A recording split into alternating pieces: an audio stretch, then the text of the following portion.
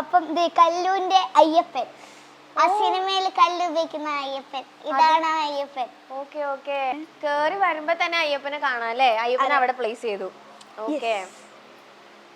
പിന്നെ ഇവിടെ നോക്കുമ്പോ തന്നെ നമുക്ക് നമ്മുടെ പൂജാമുറിയും കാണാം. നേരെ സ്ട്രെയിറ്റ് പൂജാമുറി. ഓക്കെ, നല്ല പ്ലാൻസ്.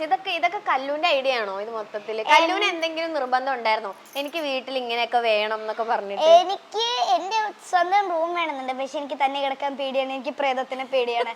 എന്നിട്ടാണ് ഞാൻ പ്രേതപ്പടത്തിൽ അഭിനയിക്കുന്നത്. അപ്പം എനിക്ക് ഒരു റൂം മോളിൽ തന്നിട്ടുണ്ട്. അവിടെ എന്റെ കുറച്ച് സാധനങ്ങൾ, പിന്നെ ഞാൻ താഴെയാണ് കിടക്കുന്നത്, എല്ലാരും താഴെയാണ് കിടക്കുന്നത്.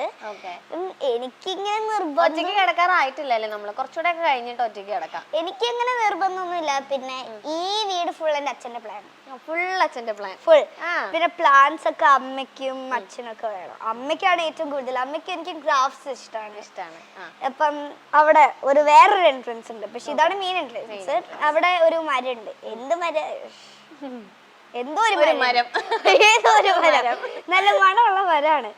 അപ്പൊ ആ മരത്തിൽ കൊറേ ബെൽസ് ഒക്കെ തൂക്കിയിട്ടുണ്ട്. ഞങ്ങള് ഗുജറാത്തിൽ പോയപ്പോ മേടിച്ച ബെൽസ്. എന്തായാലും നമ്മുടെ ഉണ്ണിച്ചേട്ടന്റെ വീട് ഗുജറാത്തിലാണല്ലോ. ഓക്കെ. അപ്പൊ നമ്മുടെ മാളികപ്പുറം സിനിമയില് കല്ലുവിന്റെ ഒരു അയ്യപ്പനൊക്കെ ഉണ്ട്. അതൊക്കെ കല്ലു ഇവിടെ കേറി വരുമ്പോ തന്നെ അയ്യപ്പനെ ഇവിടെ വെച്ചിട്ടുണ്ട്.